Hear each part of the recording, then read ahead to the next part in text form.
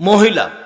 রাসূল সাল্লাল্লাহু আলাইহি সাল্লাম বলেন, আনাস রাদিয়াল্লাহু তাআলা আনহু বলেন, মান আলাত জারিয়াতাইনে, কেউ যদি দুইটা মেয়ের লালন পালন করে, দুইটা, ফাজায়াউমাল কিয়ামা আনা ওয়া হুয়া ফিল জান্নাতে হাকাজা, তাহলে সেই লোক আর আমি জান্নাতে থাকবো এইভাবে দিয়ে তর্জনী আর মধ্যমায় দুটো আঙ্গুল জমা করে দেখালেন ফাজাম্মা।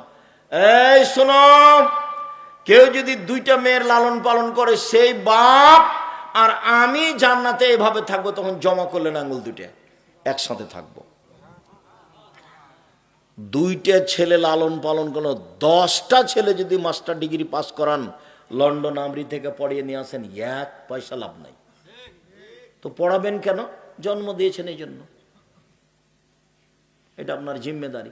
আব্দুর রাজ্জাক সাহেব, থামেন থামেন থামেন, আপনাদের তো বক্তব্য শুনেছি, ওর ভালো ছেলে বাপ মায়ের জন্য দোয়া করে।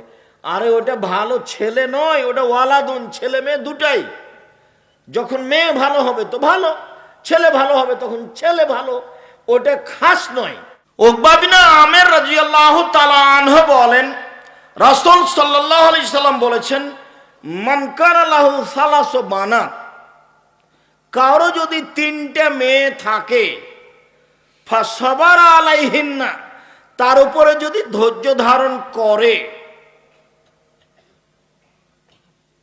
ফাআতামাহুন্না, তার যদি খাওয়ার ব্যবস্থা করে, অসাকাহুন্না, তার যদি পানির ব্যবস্থা করে, ওয়াকাসাহুন্না, তার যদি পরনের ব্যবস্থা করে, তো কুন্নালাহু সিতরান মিনান নার ইয়াউমাল কিয়ামা, এই 3টে মেয়ে বিচার মাঠে বাপের জন্য অন্তরাল হয়ে যাবে। মধ্যে থাকবে 3টা মেয়ে, এদিকে থাকবে বাপ আর ওদিকে থাকবে জাহান্নাম। মধ্যে কি? 3টা মেয়ে। ওর বাপ জাহান্নামে যেতে পাবে না, ঘেরা আছে কারা? মেয়েরা। এটা হলো মেয়ে। আমাদের গ্রাম, আমার চোখের সামনে বাপ মরে যাওয়ার পরে 2 ভাই জমি ভাগ করলো, বাড়ি ঘর ভাগ করলো, শেষ পর্যন্ত ঢেঁকিটা কেটে ভাগ করে নিয়েছে। মানুষের সম্পদ 4 ভাগে ভাগ, মানুষের সম্পদ 4 ভাগে ভাগ। আল্লাহ রাসূল বলছেন, মা কালা ফাফনা, যেটা খাবেন সেটা পায়খানা, ওমা লাওয়েসা ফাবলা, যেটা পড়বেন সেটা পুরাতন, ওমা আহতা ফাক্তানা, যেটা দান করবেন সেটা জমা, ওমা সেওয়া দালেকা বা জাহেবুল লিন্নাসে, যেটা এখন থেকে যাবে সেটা মানুষে ভাগ করে নেবে, প্রয়োজনে মারামারি করে, প্রয়োজনে মামলা করে। তাহলে মানুষের সম্পদ কয় ভাগে ভাগ? মনে থাকবে না মনে হয়, হাদিস বুখারী মুসলিম। 1, যা খেলো সেটা কি হলো? পায়খানা, সেটাকে আল্লাহ রাসূল বলেছেন পাপ না, নষ্ট। 2, যেটা লাবেসা ফাবলা, যেটা পড়লো সেটা পুরাতন, সেটা এক সময় ছিঁড়ে যাবে। ওমা আতা ফাক্তানা, যেটা দান করলো সেটা জমা হয়ে গেল। মনে রাখবেন, আমি আব্দুর রাজ্জাক বিন ইউসুফ দানের কথা বললাম, সভাপতি সাহেব দানের কথা বললেন, আমি তখন মনে করলাম তার প্রয়োজন, সেই জন্য বলছে চলো, কেউ দিলে দিবে, চলো যাই যায়। এখন এই যে আপনি চলে গেলেন, তো ও চাইলো সেজন্য চলে গেলেন, আসলে পরিবেশটাই উল্টা হয়ে আছে।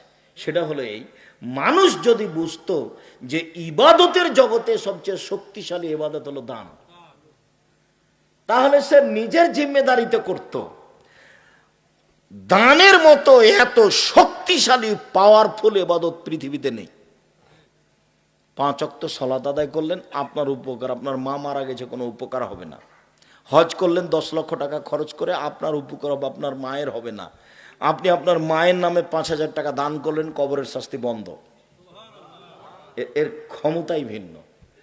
মানুষ মারা গেলে 2টা পথ, মুখে দোয়া, আল্লাহ তুমি আমার বাপকে মাফ করো, কিছুই যদি না জানেন কবরের পাশে গিয়ে বলবেন আল্লাহ আমার বাপকে মাফ করো, এটা তো বলতে পারবেন, এটাই দরকার। আর দান, দানের সবচেয়ে উত্তম পথ হলো পানির ব্যবস্থা করা। এই পাড়াতে দেখবেন গরিব মানুষ কার বাড়িতে নলকূপ না, ওটা দিয়ে দেন। দেখেন কোনো জায়গাতে গিয়ে কোনো মাদ্রাসাতে একটা নলকূপের প্রয়োজন, সেখানে দেন।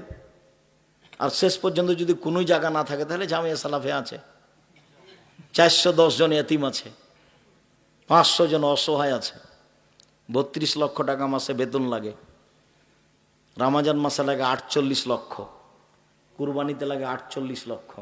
কোনোদিন দেখতে যান কিনা আমি জানি না, এই লাইনে আছে খুব নিকটেই, পূর্বাচলে বাণিজ্য মেলার পিছনে 51 বিঘা জমির উপরে প্রতিষ্ঠান,